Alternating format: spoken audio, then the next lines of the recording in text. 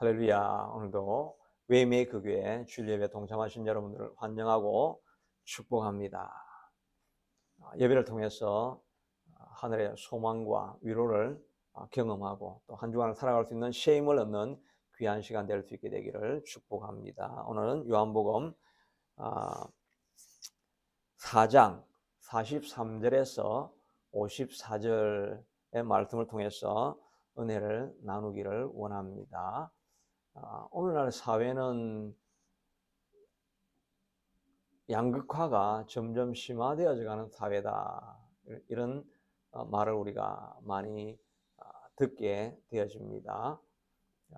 어느 분의 설교 말씀을 들어보니까 오늘 한국 사회 속에서 그 클래스가 변화되어질 수 있는 그런 기대감을 얼마나 당신은 가지고 있습니까? 하니까 30% 정도는 그런 클래스 변화가 일어나는 것이 가능하다고 생각하지만 나머지 70%는 뭐 우리 사회 안에 이런 양극화는 이제 고착화되어 있어서 변화되어질 수 없다. 이렇게 생각하는 사람들이 굉장히 많고, 그러면 다음 세대는 이런 세대 그 클래스 격차가 해소되어질 수 있을 것을 얼마나 기대합니까? 라고 하니까 19% 정도, 절대 다수인 뭐 71%, 81% 정도죠. 81% 정도가 우리 사회에서 이제 더 이상 이 계층 간의 그 상승 이런 것은 일어나는 것이 불가능하다라고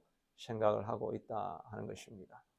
과거에는 우리가 뭐 개천에서 용이 났다라고 하는 그런 표현들도 하면서 가난하지만 공부 열심히 하면 또 좋은 직을 좋은 대학에 가가지고 그리고 이제 클래스 변화가 일어나는 가능성이 있다. 그러니까 희망을 가지고 열심히 공부하자. 뭐 이런 이제 분위기가 많이 있었고 실제로 그런 것들이 일어나게 되었죠. 그러나 오늘 사회는 뭐 구조적으로 가난한 사람들은 개천에서 용이 나는 뭐 이런 사건이 일어날 수가 없죠. 공부를 해도 저도 지금 돌아보니까 제가 초등학교 시절에는 조금 후진 동네에 있어서 상위 클래스에 있었는데 그 이제 중학교를 들어가면서 조금 다운타운 쪽에 있는 그런 학교에 가서 있다 보니까 아무리 노력해도 어떤 한계를 넘어가기가 너무나 힘들었던 것을 보게 됩니다. 나중에 보니까 그 최상위 그룹에 있는 애들은 다 그 고액 과외를 받고 있었더라고요. 그러니까 부모님의 재력이 있으니까 좋은 그 교사가 어디로 가야 될지 가이드를 딱딱 해주니까 짧은 시간에 효율적으로 공부하고 나머지 시간은 또 여가를 즐기고 하니까 집중력이 더 생길 수 있고, 뭐 저 같은 경우는 그냥 죽자고 열심히 해도 길을 잘 모르니까 시간을 많이 좀 허비한 그런 경우들이 많이 있었어. 그래서 아무리 노력해도 우리가 그 당시에 그런 클래스가 변화될 수가 없었겠구나 하는 그런 생각들을 지금 와서 좀 해보게 되는데, 오늘날 사회는 뭐 그것이 얼마나 더 극심화되어 있겠습니까? 이런 장벽들, 이런 것들이 우리 사회 안에 보이지 않는 것이 이런 것이 있다고 이렇게 이야기를 하게 됩니다. 뭐 요즘 AI 사회가 되어지면서 AI 그런 시스템 사회 속에는 더 많이 이제 이게 양극화가 세계적으로 극심해질 것이다라고 이렇게 하는 보도를 듣게 되어집니다.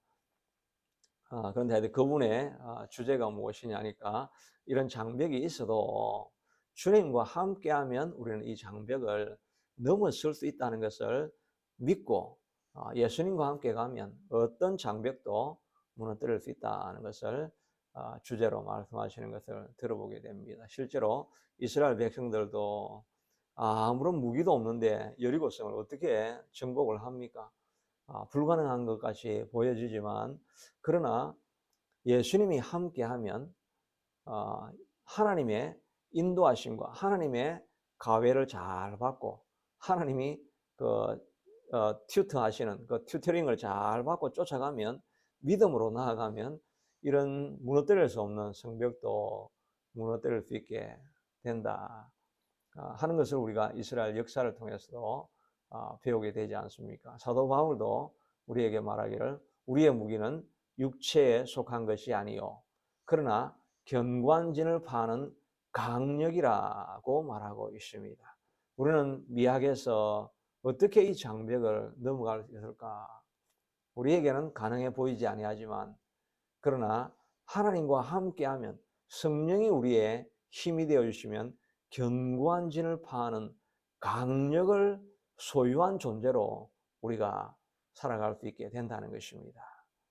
우리 경제적인 어려움의 장벽, 이런 장벽이 우리 힘으로는 아무리 지금까지 노력해봐도 건너갈 수 없는 강같이 그런 부분이라 할지라도 주님과 함께하면서 강력한 경관진을 파는 강력한 힘을 가지고 주님과 함께 일하면 그런 가난의 문제도 넘어설 수 있게 될 것이고 또 가정에 또 개인의 인격에 오랫동안 묵혀왔던 습관들, 불화들 이런 것들은 정말 견고한 진과 같이 남아 있어서 변화시킬 수가 없고 바꿀 수가 없는 그런 한계같이 느껴지는 영역들도 있죠. 그러나 그런 진이라 할지라도 내 힘으로는 할 수 없지만 하나님의 가외를 잘 받고 하나님이 튜터하는 걸 잘 받고 거기다가 성령의 무기를 장착을 하면 어떤 견고한 진이라도 무너뜨릴 수 있는 강력한 힘으로 우리가 승리하며 나아갈 수 있게 될 줄로 믿으시기를 바랍니다. 스룹바벨도 성전을 지으려고 바벨론에서 돌아와서 열심히 성전을 지었지만 주변에 있는 방해 세력들이 얼마나 강한지 그 바벨론 왕 바사 왕에게 보고를 해가지고 조세의 의인을 찍어가지고 보내니까 어쩔 수 없다, 넘어설 수 없는 장벽이다 그렇게 생각을 했지만 학개와 스가랴가 하나님의 계시를 받고 하나님의 튜터와 가해를 잘 받고 와가지고 그 사람들을 코치해 주면서 말씀하시기를 큰 사나 내가 무엇이냐 스룹바벨 앞에서 평지가 될 것이니라. 이는 힘으로 되지 아니하고 능으로도 되지 아니하고 나의 신으로 되느니라. Not by power, not by might, but by the Spirit. 하나님의 영이 함께하면 견고한진을 파는 강력이 함께하면 우리는 어떤 장벽도 넘어설 수 있다고 주님이 우리에게 가회를 해주시지 않습니까? 이 고액 과외를 받아들이고 잘 따라가면 경제적인 문제든지 가정의 어려움이든지 질병의 문제든지 사명의 어려움이든지 어떤 장벽도 우리는 넘어갈 수 있는 존재가 우리다 하는 것을 확신을 하고 나아갈 수 있는 우리가 될 수 있게 되기를 바랍니다. 오늘 본문에서는 고칠 수 없는 질병을 가지고 고통하던 이 헤롯 왕의 신하가 아들의 문제를 가지고 아들이 열병이 들려서 곧 죽어가려고 하는 이런 상황 속에서 주님을 찾아오지만 그러나 예수님과 함께 하니까 예수님이 말씀하시는 것을 믿고 신뢰하니까 그의 코치를 잘 받아들이고 과외를 잘 받아들여서 인정을 하고 믿어버리니까 하나님께서 고칠 수 없는 질병을 고치는 그런 사건을 기록해 두고 있는 것이지요.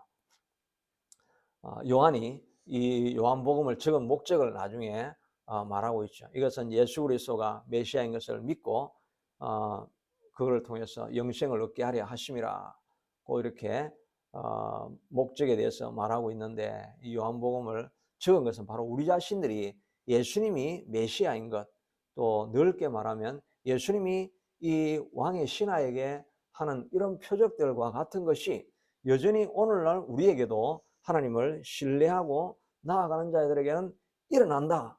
이것을 왜 믿지 못하느냐? 그걸 격려하기 위해서 이 요한복음을 적게 된 거죠.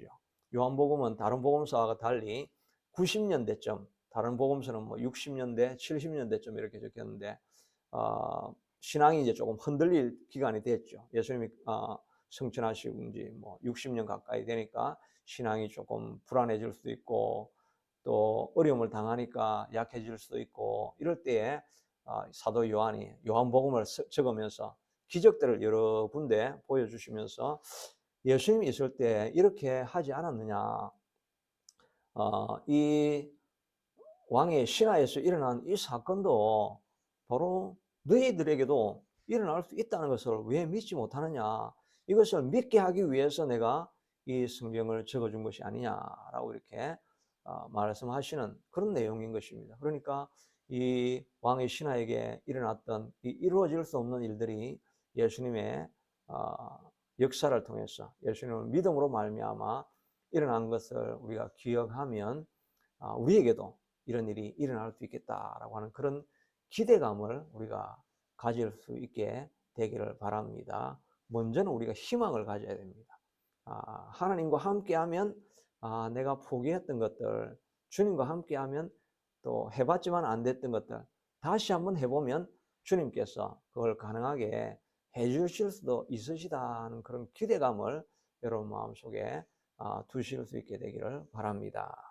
오늘 이제 본문으로 돌아가서 보면 43절에 이틀이 지남에 예수께서 거기를 떠나서 갈릴리로 올라가셨다라고 말씀하고 있죠. 이틀 동안 이 사마리아 성에서 머물러 있었습니다. 지난주에 수가성 여인 이야기가 있었죠.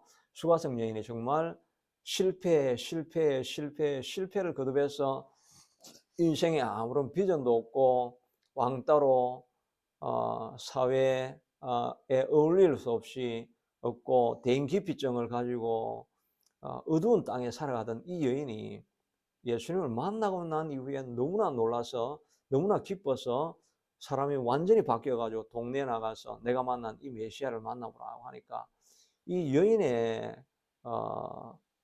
말에 무게가 실려지고 힘이 실려지고 영향력이 더해지니까 많은 사람들이 나와서 예수님을 만나러 가자. 그리고 와서 예수님을 만나고 그의 말씀을 듣고 이러면서 온 동네가 바뀌어져 가지고 예수님이 거기서 원래 빨리 지나가려고 중간을 관통하셨을 수도 있으신데 거기에서 이틀 동안 남아가지고 부흥회를 하지 않았습니까? 이 한 여인의 예수님을 만나는 사건을 통해서 온 마을에 새로운 역사가 일어나게 되어진 것입니다. 우리가 비록 미약하고 부족한 자라 할지라도 우리가 정말 예수님을 메시아로 정말 우리가 만나게 되어지면 우리로 말미암아 아무리 많은 실패를 거듭거듭한 사람이고 루즈로 인생 밑바닥에 있는 사람이라 할지라도 마을을 변화시키고 가정을 변화시키고 주변을 변화시킬 수 있는 그런 영향력이 있는 인물로 우리가 바뀌어질 수 있을 것을 기대를 하시기를 바랍니다. 주님이 함께하면 우리를 그렇게 사용해 주실 수가 있는 것입니다. 사마리아 땅에 있다가 예수님이 이제 북쪽으로 갈릴리 지역으로 올라가는데 예수님은 정말 갈릴리 지역으로 가기를 원하지 않으십니다. 싫어하십니다. 44절에 보니까 신이 정언하시기를 선지자가 고향에서 높임을 받지 못한다 하시고 갈릴리로 올라가면서 예수님께서 푸념처럼 하시는 이야기가 갈릴리 가서는 내가 역사를 일으킬 수가 없구나. 어떤 기적도 내가 또 일으키고 싶은 마음도 없구나. 이렇게 하면서 푸념하는 마음으로 이렇게 갈릴리로 올라가십니다. 그리고 갈릴리로 올라가시면 자기 고향이 나사렛이니까 나사렛에 들어가셔야 되는데 나사렛으로 안 가고 가나에 올라가 가지고 그 혼인잔치가 있었던 그 가나 땅에 올라가 가지고 예수님이 오히려 머무시고 계시는 것을 볼 수가 있습니다. 왜 예수님이 갈릴리 땅을 가시기 싫어하시고 나사렛을 가시기 싫어하십니까? 우리가 아는 것처럼 나사렛에 가면 예수님을 메시아로 인정을 안 하는 것입니다. 저 요셉의 아들 아니야. 내가 어릴 때 기저귀 차고 돌아다니는 것 내가 다 봤는데 저 여동생도 있고 남동생도 있고 여기 다 그냥 평범한 청년으로 살아가는데 죄가 무슨 메시아야. 이러면서 예수님을 인정하지 않는 것이죠. 그러니까 예수님께서 그들이 마태복음 13장 58절에 보니까 그들이 믿지 않음으로 말미암아 거기서 많은 능력을 행하지 아니하시니라.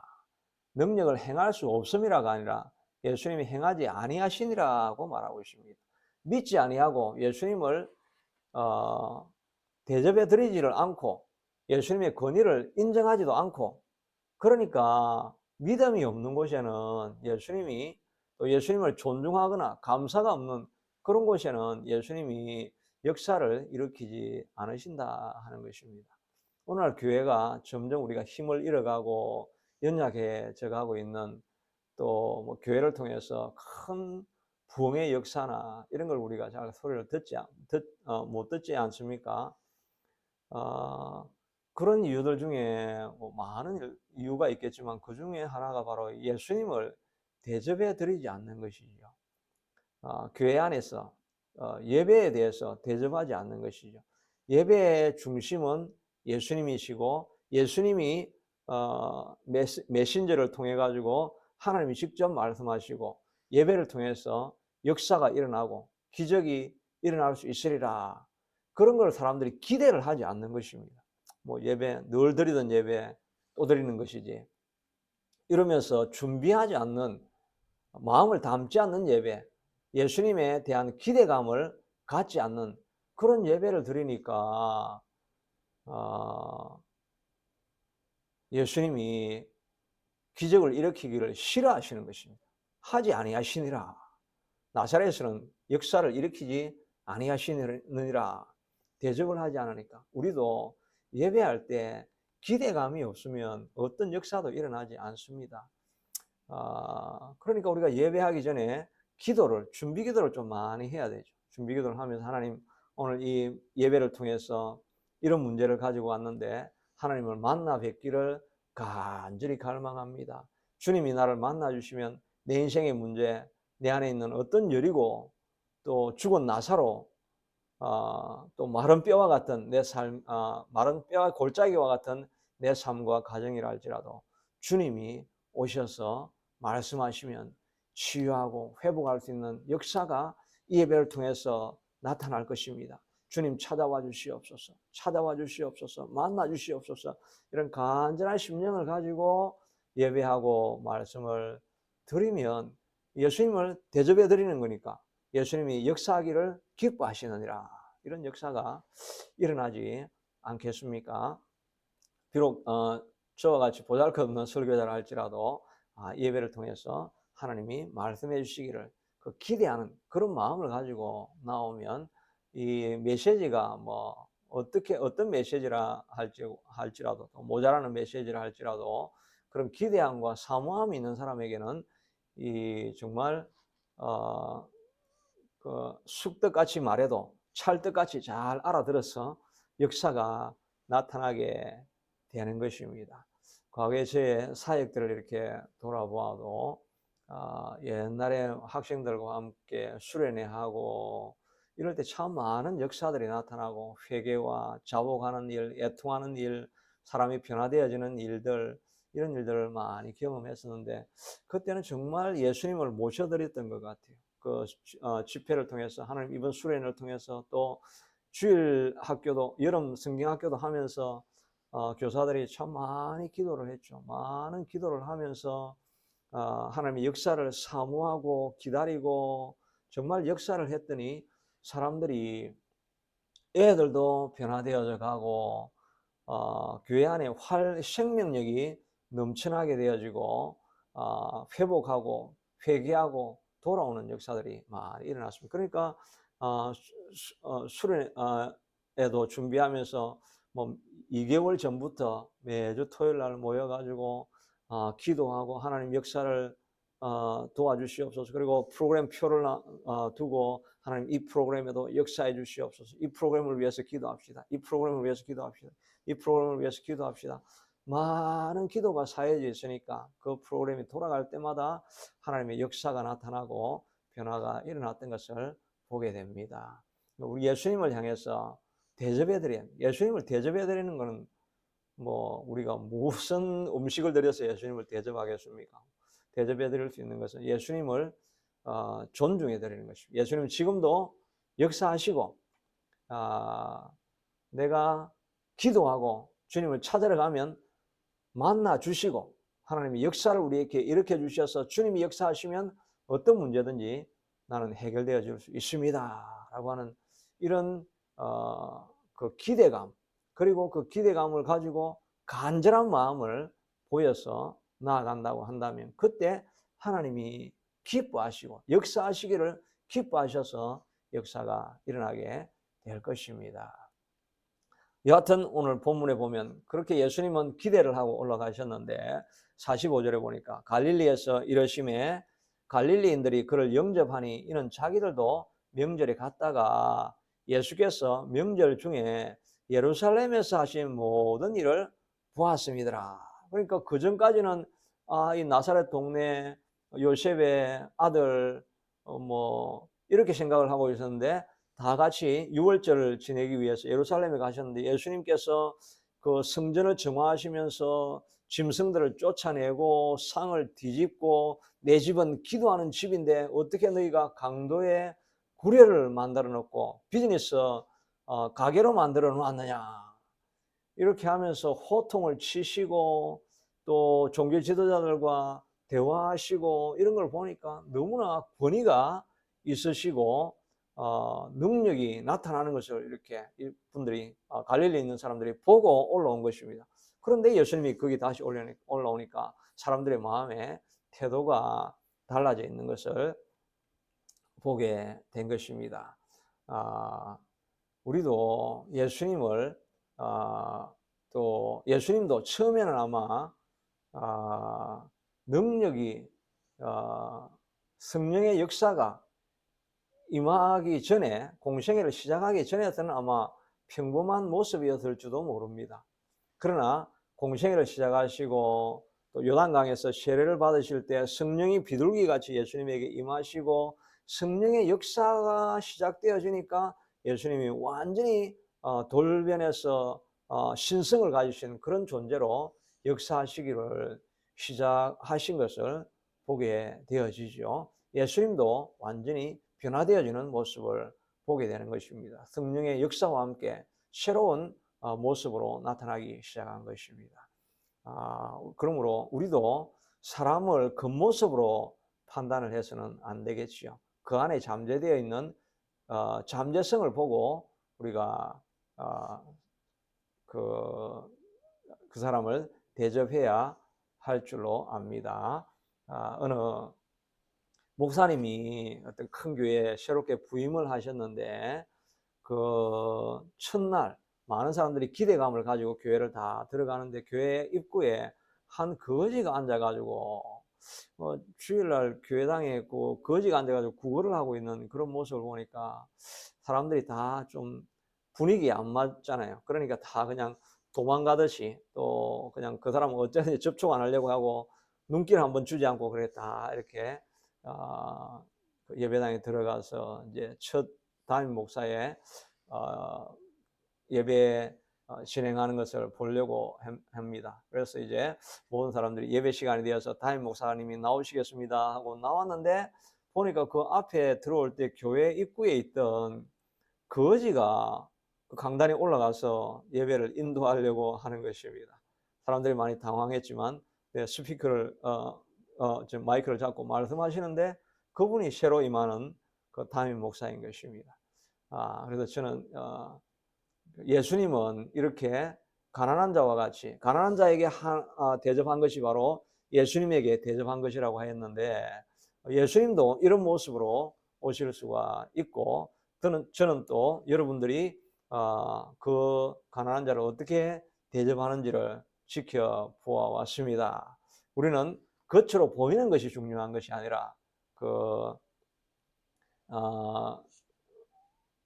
내면에 있는 것을 우리가 그 안에 있는 참 존재를 봐야 됩니다. 외면의 모습은 거지지만 안에는 예수님이 있을 수 있다 하는 그런 메시지를 가지고 외면적으로 판단하지 말 것을 그렇게 첫 설교를 했다는 그런 좀 임팩트가 있는 그런 첫 설교에 대한 일화가 있는 것을 보게 됩니다. 우리도 그 사람을 보고 판단을 하면 안 되는 것입니다. 이건 특별히 뭐 다른 사람들에게 대한 적용도 되겠지만 우리 자신을 바라보면서도 우리 자신을 겉모습으로 판단해서는 안 됩니다.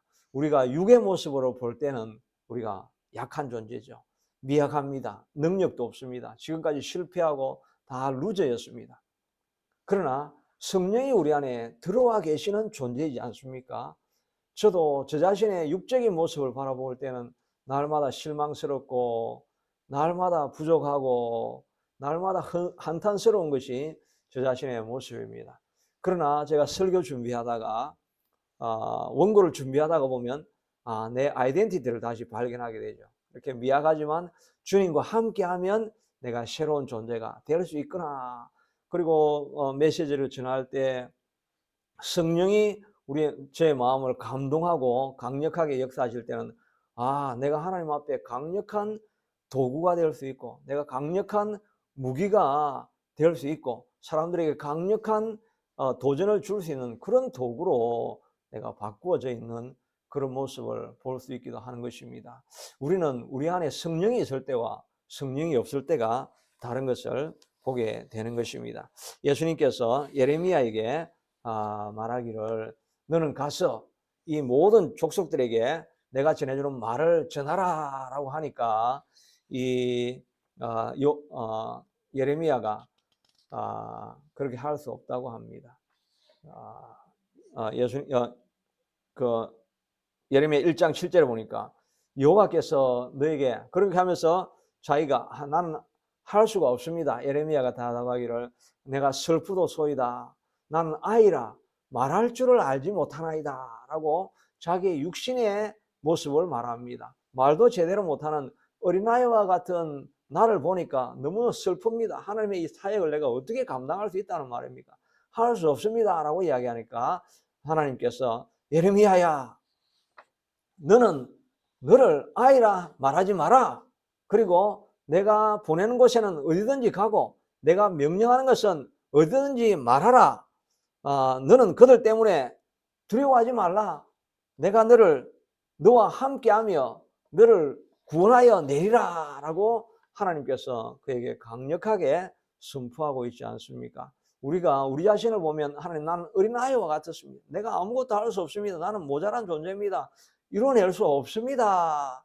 이렇게 우리 자신의 육신의 모습을 보면 그렇게 하지만 그러나 하나님께서는 말씀하시기를 내가 너를 모태에서 짓기 전에 너를 알았고 내가 배에서 나오기 전에 너를 성별하였고 너를 여러 나라와 선지자로 내가 세웠다라고 하나님께서 말씀해 주시고 있는 것입니다. 우리 자신을 볼 때 어린아이와 같고 실패한 자고 부족한 자고 한탄스러운 그런 모습이 있다 할지라도 주님이 우리를 보시기에는 내가 너를 태어나기 전에 너를 성별하였고 너가 배에서 나오기 전에 너를 선임하였고 너를 선지자로 세워주는 이런 강력한 존재로 내가 너를 만들었다고 주님께서 말씀해 주시고 있는 것입니다. 기드온도 미디안이 공격에 올 때 그 미디안을 두려워하면서 포도주 틀에다가 별을 놓아가지고 타작을 하고 있었습니다. 두려워가지고 벌벌 떠는 그런 부족한 존재였습니다.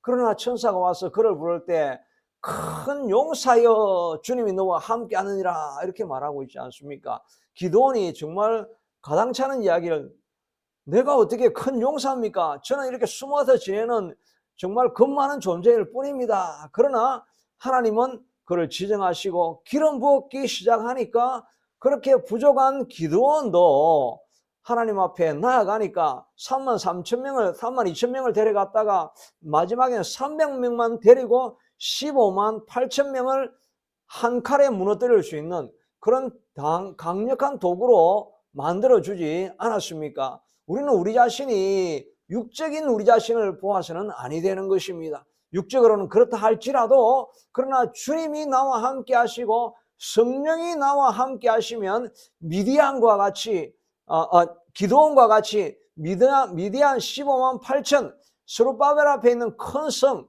어떤 어려운 문제라 할지라도 주님이 나와 함께 하시면 나는 강력한 존재가 되어서 어떤 장벽도 무너뜨릴 수 있는 강력한 병기로 쓰임받을 수 있다는 것을 우리가 믿음으로 선포를 해야만 하는 것입니다. 모세도 마찬가지였죠. 나는 아무것도 할 수 없는 말 덧없는 노인일 뿐입니다. 그러나 주님이 함께 한다고 하니까, 주님이 함께 하니까 200만을 이끄는 지도자로, 성공적인 지도자로 모든 문제를 극복하고 이스라엘의 불평불만과 그 많은 문제들을 이겨내고 이끌어 나갔던 훌륭한 지도자로 마치지 않았습니까? 그런 것들은 다 그들이 끊임없이 하나님과 대화하면서 하나님의 코치를 받고 하나님의 고액 과외를 계속해서 받고 나아가면서 주님이 가야 그 길로 걸어가니까 어떤 문제도 뛰어넘을 수 있는 그런 존재가 되어진 것입니다. 우리는 우리 자신을 바라볼 때 나는 아이라, 내 문제는 내가 넘어갈 수 없는 부족한 존재다, 나는 말할 줄을 알지 못하는 도다, 아 슬프다, 이렇게 고백할 수밖에 없지만, 그러나 성령이 함께 하시면 우리는 강력한 도구가 되어져서 어떤 여리고라도, 우리 앞에 있는 어떤 골리앗이라도 무너뜨릴 수 있는 그런 존재라는 것을 우리 자신에게 날마다 더욱더 상기시켜야 할 것입니다. 이 일을 위해서 우리가 예배할 때 간절함으로 기도하고 하나님을 만나다 보면 그런 의식이 생기게 되는 거죠.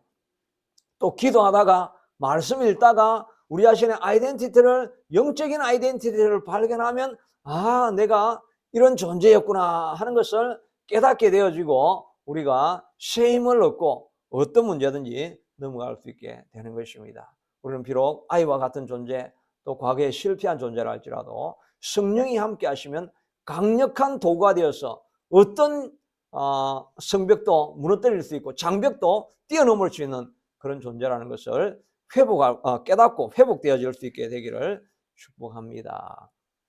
그래서 예수님은 이제 갈릴리를 이제 올라가시고 이제 거기에 가나 땅에 가나 마을에 머물고 있는데 한 왕의 신하가 찾아오게 되는 것을 보게 됩니다. 왕의 신하가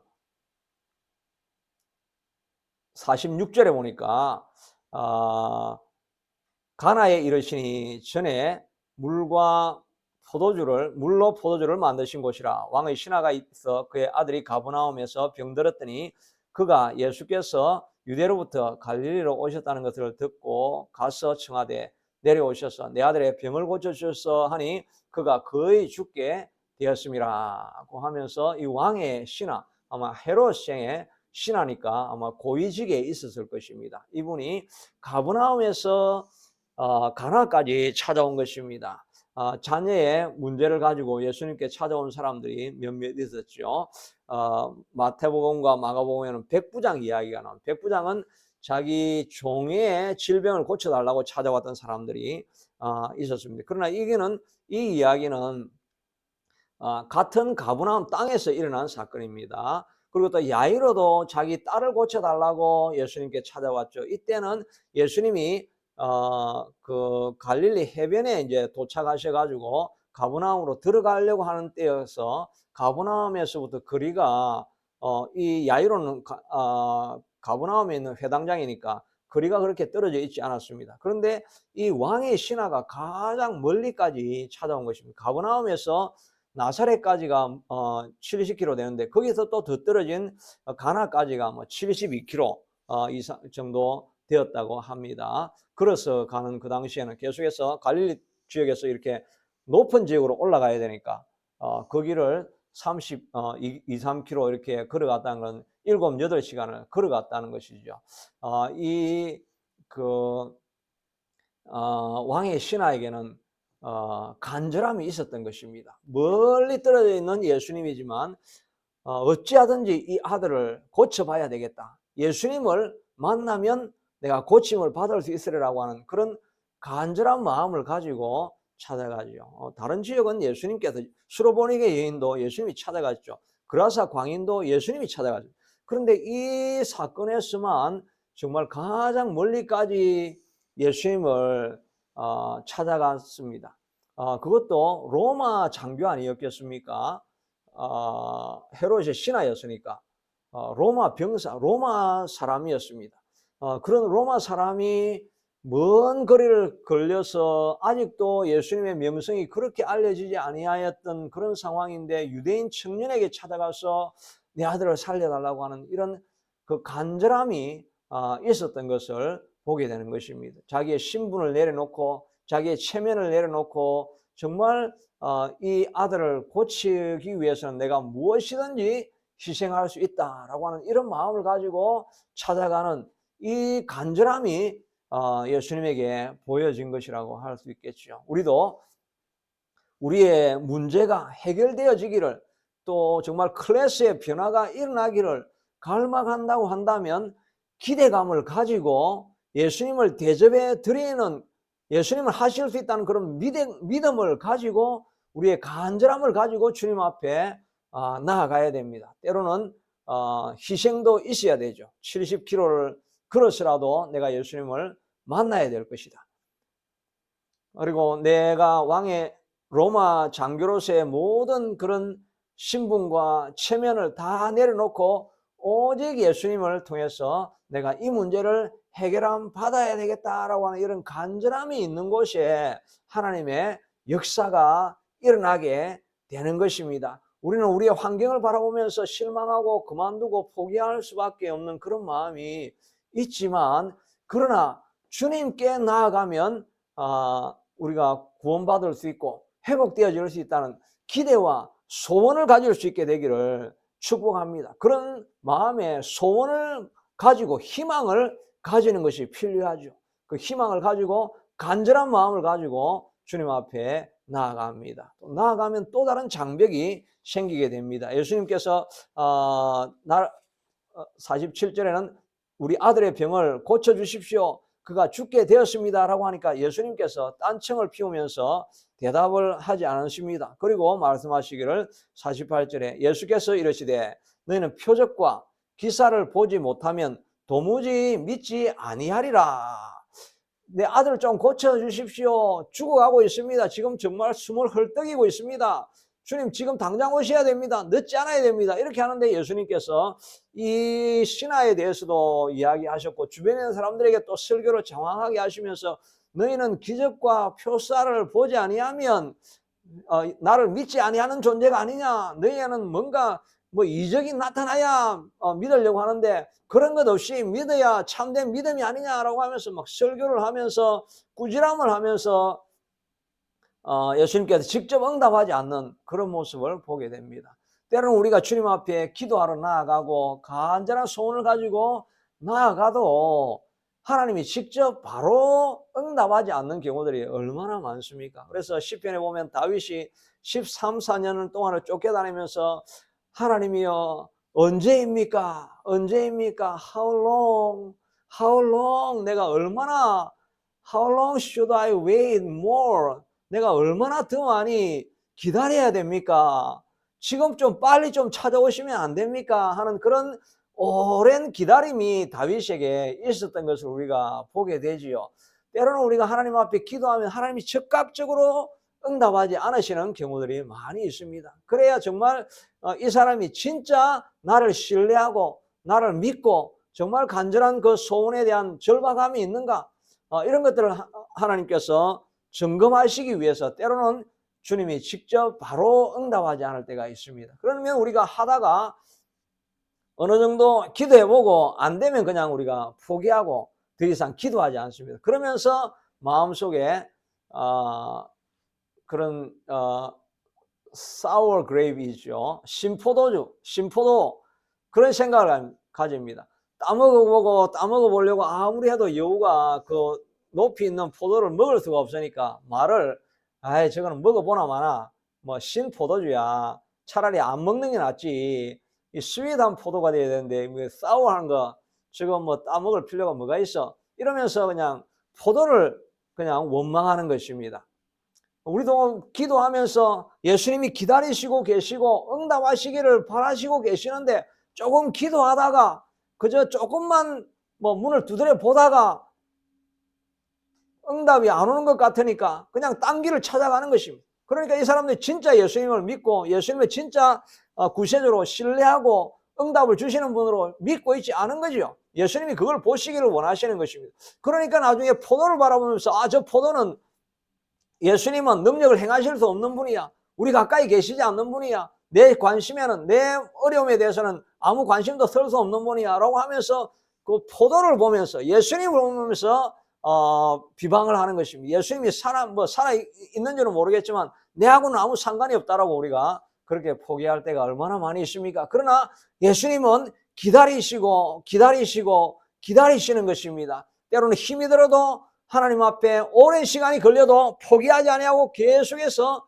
응답하시고 때까지 기도하는 것을 원하시는 것을 보게 되는 것이죠. 야곱도 마찬가지 아니었습니까? 자기 형을 만나면서 이제는 죽었구나, 절박합니다. 그런 상황 속에서 이제 밤새 천사와 씨름하는데 아무리 씨름하면서 축복하시기 전까지는 내가 놓을 수 없습니다. 축복하시기 전까지는 놓을 수 없습니다라고 아무리 이렇게 하는데도 축복하지 않습니다. 마지막에 이제 새벽이 왔으니까 그때까지도 축복하지 않고 있다가 야 이제 가야 되니까 나를 보내라고 하는데 옷자락을 잡고 축복하기 전까지는 보낼 수 없습니다라고 밤새 레슬링을 하면서 이 싸우고 있을 때까지도 응답하지 않다가 마지막에 가기 전에 내 이름이 무엇이냐 야곱에서 이스라엘로 바꾸라고 하면서 하나님이 응답하지 않습니까? 때로는 우리가 기도하러 나아가면서 간절함을 가지기도 하고 예수님에 대한 믿음을 가지기도 하면서 나아가지만 어떤 역사도 일어나지 않을 때가 있습니다. 그때는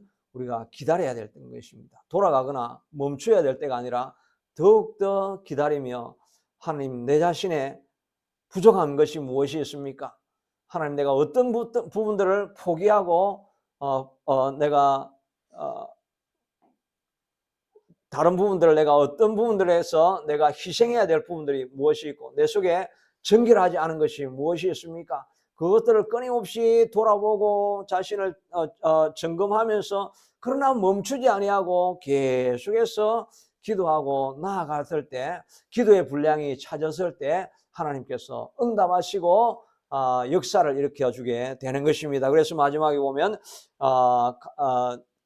너희는 도저히 기적을 보지 아니하면 믿지 아니하는 존재다라고 이야기를 하시고 난 이후에 신하가 이르되 주여 내 아이가 죽기 전에 내려오셔서 예수께서 이르시되 가라 내 아들이 살아있다 하시니 예수님께서 하신 말씀을 믿고 가더니 그 아들이 낫게 되는 것을 보게 되는 것입니다. 우리 하나님은 능력이 있으십니다. 권능이 있으십니다. 우리를 도우시기를 기뻐하십니다. 그러나 우리가 소망을 가지고 예수님을 대접해 드리고 예수님을 신뢰하고 갈망하는 마음과 기대하는 마음을 가지고 나와서 멈추지 아니하고 때로는 더딜지라도 그래도 기다리며 하나님의 응답을 사모하며 멈추지 않고 계속해서 나아가면 하나님께서 우리 앞에 있는 어떤 장벽이든지 무너뜨리고 변화시키는 역사가 여러분의 삶에서 여러분의 가정에서 또 우리 웨이메이커 교회 안에 그런 역사가 반드시 일어나게 될 줄로 믿습니다. 이 믿음을 가지고 오랜 시간이 걸린다 할지라도 계속해서 걸어나가면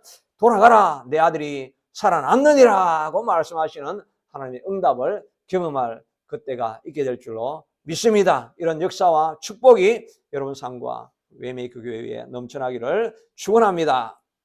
자비하신 아버지 하나님, 하나님 많은 능력을 가지고 계시지만 그러나 대접하지 않는 곳에 기대하지 않는 곳에 간절함이 없는 곳에 하나님은 역사하지 않으셨던 것을 보게 됩니다. 우리도 교회 생활하다가 식상해져서 예배에 대한 기대감도 없고 사모하는 마음도 없고 하나님의 역사를 기다리는 마음도 없습니다. 기다림이 없는 곳에 하나님이 역사하실 수가 없는 것입니다. 하나님 우리가 내려놓았던 꿈, 포기했던 모든 어려움들 하나님 이런 것들 다시 가지고 나와서 어떤 여리고라 할지라도 어떤 마른 뼈에 에스겔의 꼴짝이라 할지라도 또 무덤에 들어가 있는 나사로의 죽음과 같은 그런 상황이라 할지라도 다시 주님 앞에 들고 나와서 주님이 함께 하시면 해결하시고 치유하시고 회복할 수 있다는 것을 믿고 주님 앞에 나아가서 도움을 구하다가 하나님께서 마침내 내 아들이 구원받았느니라 내 아들이 회복되었느니라고 하는 약속의 음성을 듣는 우리가 될 수 있게 하도록 축복하여 주옵소서. 그때까지 멈추지 않고 나아가는 우리가 되게 하여 주옵소서. 예수님 이름으로 기도드리옵나이다. 아멘.